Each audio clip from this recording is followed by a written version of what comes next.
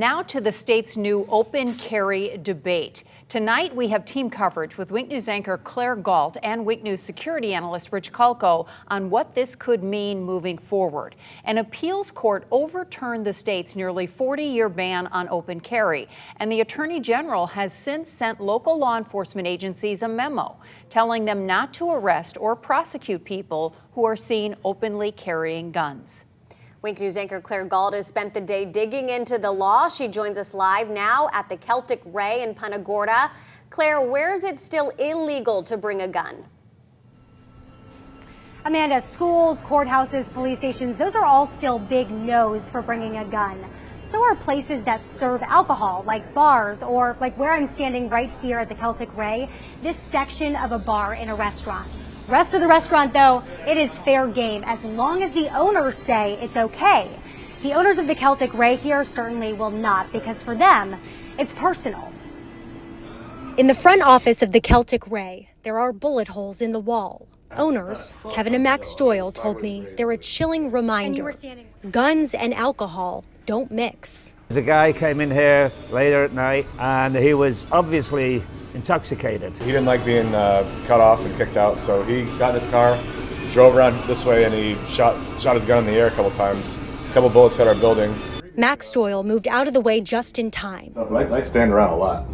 That's lined up right with my head. It didn't hit him, but it sure did scare him and his employees. That bartender doesn't work here anymore. It's why, he told me, he's decided not to allow open carry in his pub at all. We don't want our customers to be in an environment where they're scared.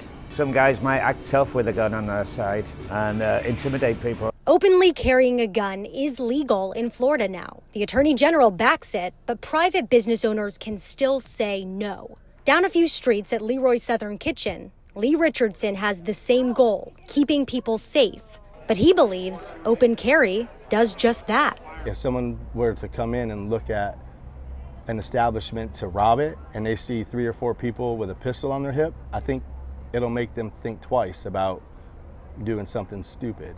I met Dave Jacobs when he was eating at Leroy's Tuesday afternoon. He's all for the Second Amendment, but told me he prefers concealed carry. He's not so sure he's ready to change things up now. One of the big concerns that I have, a lot of people that are gonna open carry may not be strapped.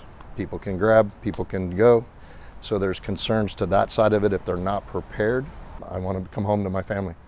So all it takes is one stupid idiot out there to do some stupid stuff, you know. Now, I do want to point out, I did not see a single person today in Punta Gorda openly carrying a weapon. Of course, though, this ruling is still very new. I know, too, it can be very confusing. So I'm going to have a full breakdown of where you can and can't bring them with this story on winknews.com. I'm live in Punta Gorda. Claire Galt, Wink News. All right, thank you very much, Claire. And continuing our team coverage, we're joined now by Wink security analyst and former FBI agent Richard Kulko to talk more about this open carry law. So since the appeals court has ruled the open carry ban is unconstitutional, what can gun owners expect now? Well, Claire explained it very well, but I think there's going to be some confusion out there over the next few weeks and months as people try and sort through the law, what they can and can't do. That list is actually pretty long about places you can't go into. And it's going to take a little while to get resolved. That appellate court actually only covers the northern counties of Florida, it turns out, but the Attorney General's already said he's going to carry that for the whole state. And I went through Facebook today and saw that several sheriffs have already started putting up messages about carrying in their county, and they will not have their deputies enforcing anything as far as arresting anybody for carrying.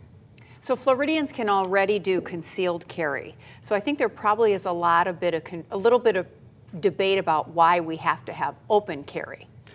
Great question. I'm pressed to think why we need it.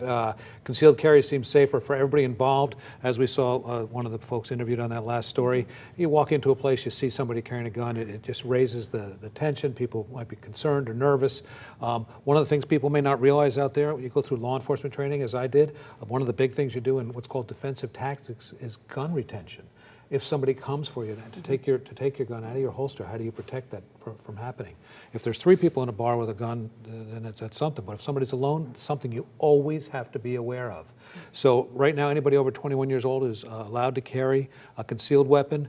A couple of sheriffs things that I read or watched, they talked about that as probably being the smarter move.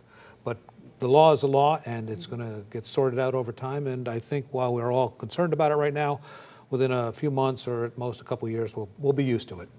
Okay, thank you very much.